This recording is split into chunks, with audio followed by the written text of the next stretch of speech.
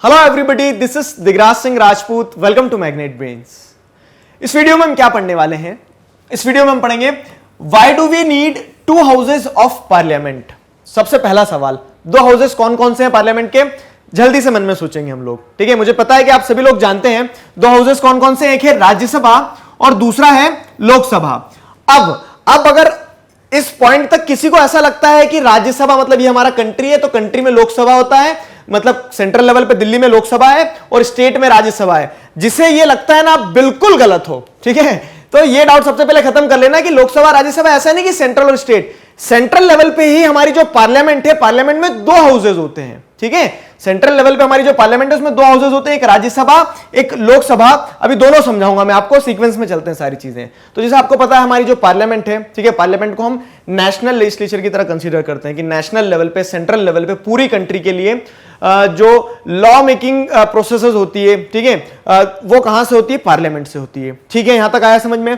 तो उस सेंस में अगर हम देखें तो हमारी पार्लियामेंट में दो हाउस है, ठीक है। अब यही चीज मैं अगर आपसे पूछूंगा स्टेट लेजिस्लेचर में क्या होता है सर, तो स्टेट लेजिस्लेचर में हर स्टेट की अपनी अपनी लेजिस्लेचर होती है, हर स्टेट की अपनी अपनी क्या होती है? स्टेट लेजिस्लेटिव असेंबली होती है, ठीक है। जैसे आप देखेंगे तो मध्य प्रदेश में स्टेट लेजिस्लेटिव असेंबली कहां है? भोपाल में है, ठीक है। तो उस तरह से अधिकतर स्टेट कैपिटल्स जो होते हैं, तो स्टेट कैपिटल्स में हर स्टेट की अपनी एक लेजिस्लेटिव असेंबली होती है। आगे ना समझ में ये? तो स्टेट का भी वैसे ही होता है। पूरी कंट्री के लिए क्या है? सेंट्रल लेवल पे दिल्ली में जो हमारी पार्लियामेंट है, ठीक।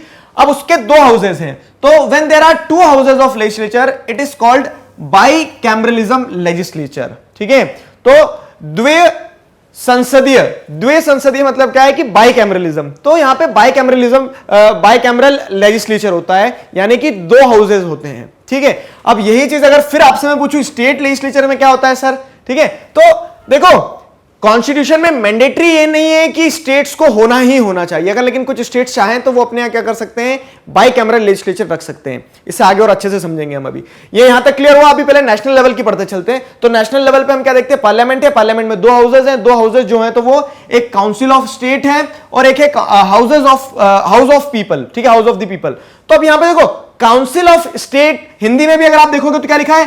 राज्यसभा। तो ये वाला जो हाउस है तो कहीं ना कहीं ये स्टेट्स को रिप्रेजेंट करता है। अभी क्या होगा नेक्स्ट वीडियो से जैसे आप पढ़ेंगे तो राज्यसभा को आप स्पेसिफिकली पढ़ेंगे, ठीक है। तो वहां पे मैं समझाते जाऊंगा आपको राज्यसभा को अच्छे से, लेकिन अभी इतना समझ लो कि राज्यसभा जो होता है तो क्या कहलाता है? काउंसिल ऑफ स्टेट्स कहलाता है। मतलब स्टेट्स का जो है स्टेट्स की जैसे क्या कह सकते हैं काउंसिल बनी हुई है, कि राज्यों की सभा है, ठीक है, वो हाउस हो गया। राज्यसभा में कितने मेंबर होते हैं आप मुझे कमेंट सेक्शन में बताएंगे, ठीक है। नेक्स्ट वीडियो में हम पढ़ेंगे राज्यसभा के बारे में इन डिटेल। फिर अगर दूसरा हाउस देखेंगे तो कौन सा है? House of the people. House of the people तो अब आपको समझ होगा कि जनता का घर है ये, ठीक है। मतलब यहां पे जो लोग आ रहे हैं वो लोकसभा के लोग हैं, ठीक है। मतलब वो डायरेक्ट रिप्रेजेंटेटिव्स हैं किसके? जनता के। तो ये house of the people Lok Sabha, ये भी आपको पता है, ठीक। अब देखो वैसे देखा जाए तो अभी तक जितने चैप्टर हमने पढ़े हैं तो उसमें आपको मैंने सारी चीजें बता दी है, लेकिन अब क्योंकि स्पेसिफिक टॉपिक आते जा रहा है तो मैं और इन डिटेल बताते जा रहा हूं, ठीक है। I hope you don't mind this कि बहुत ज्यादा डिटेल क्यों बता रहे हैं सर। क्लियर है? ये हो गया। उसके बाद में अगर आगे देखते हैं, the constitution has given the states the option of establishing, यहां से मजा आएगा अब आपको। The constitution has given the states the option of establishing either a unicameral और बाइकैमरल लेजिस्लेचर। मतलब अब देखो आप देखते हैं सेंट्रल लेवल पे तो दो हाउस है, ये मैंडेटरी है, कॉन्स्टिट्यूशन में दिया है, खत्म बात। अगर आप स्टेट की बात करते हैं, ठीक है, कि स्टेट में सर कितने हाउस होते हैं? एक होते हैं, दो होते हैं। वहां पे यूनिकैमरल मतलब एक हाउस जहां पे होता है, ठीक है, और बाइकैमरल मतलब जहां पे दो हाउस होते हैं। तो जैसे अगर आप देखेंगे, जानेंगे, समझेंगे तो क्या होता है? एक विधानसभा होती है स्टेट की अगर आप बात करें तो, जैसे मध्य प्रदेश, ठीक है, मध्य प्रदेश में क्या है? विधानसभा है। तो विधानसभा मतलब क्या होता है? आप देखेंगे तो लेजिस्लेटिव असेंबली जो होती है उसे विधानसभा कहा जाता है, स्टेट लेजिस्लेटिव असेंबली, विधानसभा, ठीक है। अब जहां पे दो हाउसेज होते हैं, जिन स्टेट्स में बाइकैमरल लेजिस्लेचर है, कुछ स्टेट्स ऐसे भी हैं जहां पे बाइकैमरल लेजिस्लेचर है, तो जिन स्टेट्स में बाइकैमरल लेजिस्लेचर है वो स्टेट कौन कौन से हैं अभी यहां पे देखेंगे हम, तो वो स्टेट्स यहां आ जाएंगे, ठीक है। तो उन स्टेट्स में क्या होता है? दो हाउस जो होते हैं तो कौन कौन से होते हैं? तो एक तो विधानसभा ही होगा, दूसरा विधान परिषद हो जाता है, ठीक है। विधान परिषद मतलब क्या कहलाता है? लेजिस्लेटिव काउंसिल होता है, ठीक है। तो जैसा सेंट्रल लेवल पे पार्लियामेंट में दो हाउस होते हैं, वैसा स्टेट लेवल पे भी कुछ स्टेट्स में दो हाउसेज होते हैं, ठीक है। आर्टिकल 168 जो है, तो आर्टिकल 168 इस चीज की बात करता है। आपके कॉन्स्टिट्यूशन में अगर आप देखोगे तो आर्टिकल 168 जो है तो वो स्टेट लेजिस्लेटिव असेंबली से डील करता है। स्टेट लेजिस्लेटिव असेंबली में आर्टिकल 168 बताता है कि स्टेट में क्या होगा, गवर्नर होगा और पार्लियामेंट होगी, वहां की उनकी अपनी लेजिस्लेटिव असेंबली होगी। वो एक हाउस की भी हो सकती है, दो हाउस की भी हो सकती है, ठीक है। अब ये दो हाउस का प्रोविजन क्यों दिया, इसके पीछे क्या कारण होंगे, सोचो जरा। तो दो हाउस का प्रोविजन देने का सिंपल सा सीधा सा सटीक सा कारण ये है कि क्या होता है कि जहां पे पॉपुलेशन ज्यादा होती है, ठीक है, या फिर वर्किंग को और एफिशिएंट बनाने के लिए दो हाउसेस दे दिए जाते हैं। सवाल यही है हमारे टॉपिक का, क्या कि why do we need two houses of parliament. तो इसको आपको आंसर में क्या लिखना अभी आगे बताऊंगा मैं, ठीक। ये हो गया आगे समझ में। तो स्टेट्स हैविंग बाइकैमरल लेजिस्लेचर, कौन कौन से स्टेट्स हैं, चलो आओ जरा। तो एट प्रेजेंट अभी अब पढ़ा रहे हम 2020 में, इस समय पे 6 हैं, पहले 7 हुआ करते थे। जम्मू कश्मीर में भी क्या हुआ करता था, बाइकैमरल लेजिस्लेचर हुआ करता था। दो वहां पे क्या होते थे, दो हाउसेज होते थे जम्मू कश्मीर की स्टेट लेजिस्लेटिव असेंबली में। लेकिन अब बेचारा स्टेट ही नहीं रहा है, ठीक है, क्या बन गया अब यूनियन टेरिटरी। तो वहां पे बाइकैमरल लेजिस्लेचर जो था वो खत्म हो गया। तो एट प्रेजेंट क्या क्या है, आंध्र प्रदेश, बिहार, कर्नाटका, महाराष्ट्र, तेलंगाना, उत्तर प्रदेश, ठीक है, ये ध्यान रहेगा। तो ये देख लो, ये वाला पूरा रीजन है। अब आप इससे आसानी से ध्यान रख सकते हैं। और ये वाला पूरा रीजन है, दो ब्लॉक जो है हमारी कंट्री के, ठीक है। कौन कौन से हैं, आंध्र प्रदेश, कर्नाटका, तेलंगाना, महाराष्ट्र, 4 स्टेट ये हो गए। बिहार और उत्तर प्रदेश 6 स्टेट। तो इस तरह से 6 स्टेट जो हैं, तो ये 6 स्टेट्स में अब जम्मू कश्मीर पहले हुआ करता था, अब नहीं है, ठीक है, ध्यान रखना है चीज को। तो बुक में, पुरानी बुक्स में जम्मू कश्मीर भी लिखा हुआ है, तो अब ध्यान रखना उस चीज को। तो ये स्टेट लेजिस्लेटर, ये जो स्टेट लेजिस्लेटिव असेंबलीज हैं, ये बाइकैमरल लेजिस्लेचर के पार्ट हैं। कॉम्पिटिटिव्स के पर्सपेक्टिव से इंपॉर्टेंट है, ध्यान रखना ये भी, ठीक। ट्रिक बता दी मैंने आपको, मैप विजुलाइज करो, एक ब्लॉक ये हो गया, महाराष्ट्र, तेलंगाना, आंध्र प्रदेश, कर्नाटका, सब आजू में भाई बहन, ठीक है, इधर भी दोनों भाई बहन, उत्तर प्रदेश, बिहार। तो उस तरह से क्या है कि ये जो है, तो इसको आप इजीली आइडेंटिफाई कर सकते हो कि इन 6 स्टेट्स में क्या है, बाइकैमरल लेजिस्लेचर है। क्लियर हो गया। अब सवाल यहां पे आते हैं हम कि why do we need 2 houses of parliament. Answer क्या लिखेंगे सर, देखो। तो पहला पॉइंट क्या है, पहला पॉइंट आप ये लिखने वाले हैं कि countries with large size and much diversity. अब क्या होता है, जैसे आप इंडिया की बात करोगे, कितनी भिन्नता है, ठीक है, अलग अलग प्रकार की भाषाएं बोली जाती है, अलग अलग रिलीजन, अलग अलग कल्चर, कस्टम, प्रैक्टिसेस, ठीक है, बहुत सारी डाइवर्सिटी है। अब जब इतनी सारी डाइवर्सिटी, इतना बड़ा साइज है कंट्री का, तो उस सेंस में क्या होता है, these type of countries prefer 2 houses, ठीक है। ऐसी जो कंट्रीज होती है तो 2 हाउसेस प्रेफर करती हैं। जैसे आप जर्मनी में भी बाइकैमरल लेजिस्लेचर है, पढ़ेंगे उसे भी हम आगे, ठीक है। तो उस सेंस में क्या है कि जिन कंट्रीज में बहुत ज्यादा पॉपुलेशन है, डाइवर्सिटी है, तो वो क्या करती है, 2 हाउसेस प्रेफर करती है। क्यों, क्योंकि 2 हाउसेस होंगे तो आप क्या कर सकते हो, ज्यादा डाइवर्सिटी को रिप्रेजेंट करवा सकते हो, ठीक है, ज्यादा से ज्यादा लोगों को रिप्रेजेंटेशन मिल सकती है।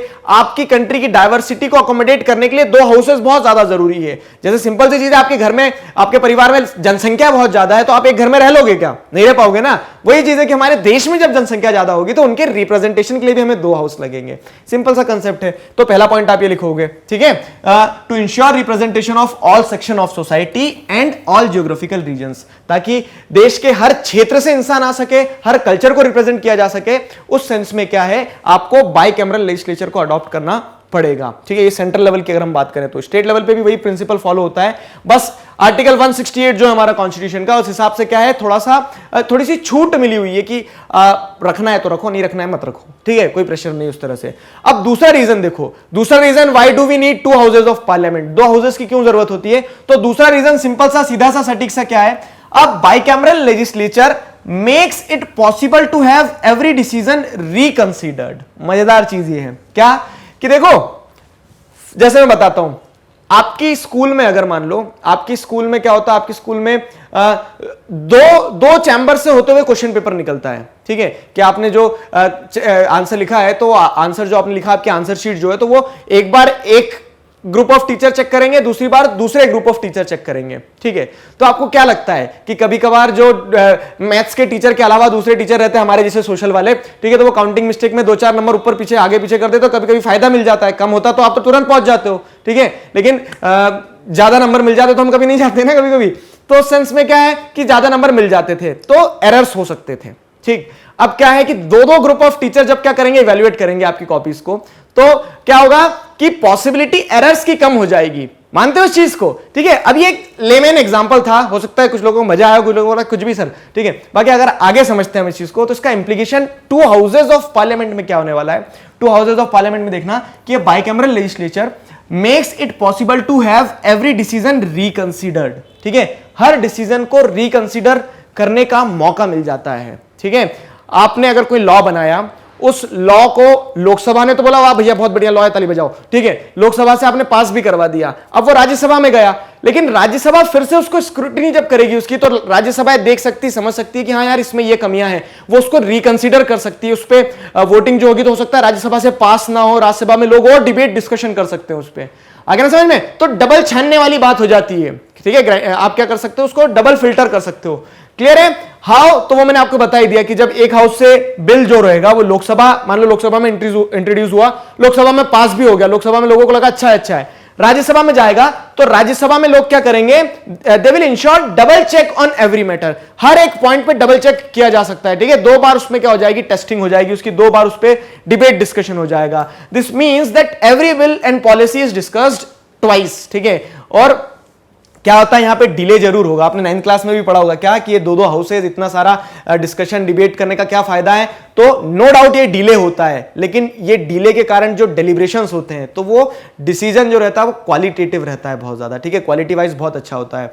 क्लियर? तो यहां पे आपको समझना है कि जैसे कॉन्स्टिट्यूशनल असेंबली डिबेट्स वगैरह भी आप देखोगे तो उसमें क्या बताया गया है कि नो डाउट राज्यसभा जो है, ठीक है, राज्यसभा की वोट वैल्यू कम होगी। ठीक है, वोट वैल्यू कम होगी, लेकिन उसका जो ओपिनियन है वो ज्यादा मायने रखता है। ठीक है, ओपिनियन ज्यादा मायने रखता है। वोट वैल्यू कम होगी, क्यों बोल रहा हूं, क्योंकि जिस तरह से लोकसभा की स्ट्रेंथ कितनी है, लोकसभा की स्ट्रेंथ आप देखोगे तो 545 है। ठीक है, 43+2, तो राज्यसभा की उतनी स्ट्रेंथ नहीं है, कम स्ट्रेंथ है। कितनी आप बताएंगे ना कमेंट सेक्शन में, स्टार्टिंग में होमवर्क दे दिया था मैंने आपको। तो वो होने के बावजूद भी, लेकिन क्या होता है कि एक सेकंड हाउस जो रहता है, तो सेकंड हाउस में क्या होता है, डिस्कशन अच्छी तरह से हो जाता है। अच्छा, एक चीज सुन लो, ठीक है, ये इंपॉर्टेंट है कि कंफ्यूजन भी रहता है, 9th क्लास से ही कंफ्यूजन है और बच्चों को, क्या एक राज्यसभा है, एक लोकसभा है। क्लियर है? ये तो अब आपको क्लियर हो गया यहाँ पे राज्यसभा क्या है, लोकसभा क्या है। ठीक है, राज्यसभा को क्या कहा जा रहा है, यहाँ पे राज्यसभा को अपर हाउस कहा जाता है। ठीक है, राज्यसभा को क्या कहा जाता है, अपर हाउस कहा जाता है। क्लियर? तो अपर हाउस कहा जा रहा है। अब अपर हाउस क्यों कहा जाता है ये भी बताऊंगा।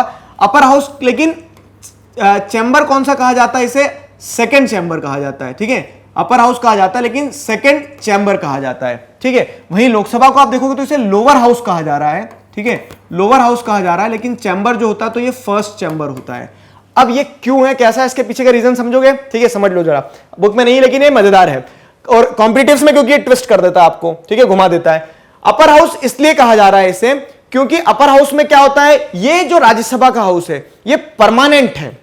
परमानेंट कैसे है, अभी आप आगे जब राज्यसभा पढ़ोगे तो आपको समझ में आएगा कि कभी पूरी तरह से डिसॉल्व होता ही नहीं है, मतलब हमेशा 2/3 मेंबर इसमें बने ही रहते हैं। ठीक है, तो वो अपर हाउस है वो। ठीक, वो अपर हाउस हो गया उस सेंस में, क्योंकि उसकी स्टेबिलिटी जो है, इसे हाउस ऑफ एल्डर्स भी कहा जाता है। कॉम्पिटिटिव्स वाले ध्यान देना, ये एक एक शब्द पे घुमा देते हैं। ठीक है, तो हाउस ऑफ मतलब upper house, house of Elder भी कहा जाता है। और सेकंड चैम्बर क्यों कहते हैं, क्योंकि अधिकतर बिल जो है वो कहां लाए जाते हैं, लोकसभा में लाए जाते हैं, मेजोरिटी ऑफ द बिल्स। ठीक है, और लोकसभा से फिर वो क्या जाते हैं, फर्स्ट चैम्बर उसका लोकसभा हो गया और फिर सेकंड चैम्बर उसका राज्यसभा होता है, इस कारण से उसे सेकंड चैम्बर कहा जाता है।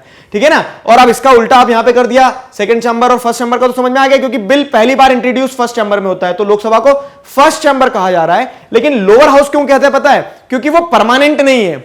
जब 5 साल कंप्लीट हो जाएंगे पूरा लोअर हाउस डिसॉल्व हो जाता है, मेंबर ऑफ पार्लियामेंट जो रहते हैं लोकसभा में वो सब कुछ क्या होते हैं, छुट्टी पे चले जाते हैं, फिर से फ्रेश इलेक्शन होंगे, और तब जीत के आएंगे अगर तो वो आएंगे, नहीं तो नहीं आएंगे, बाय। ठीक है, तो उस तरह की कहानी रहती है। आगे ना समझ में, ये शब्द ध्यान रखना है आपको। Clear? So this was all about Lok Sabha and Rajya Sabha, और आई होप कि आपको ये क्वेश्चन का आंसर भी मिल गया है। Why do we need 2 houses of parliament, what is the logic behind it. ठीक है, we have discussed all this points in this specific video.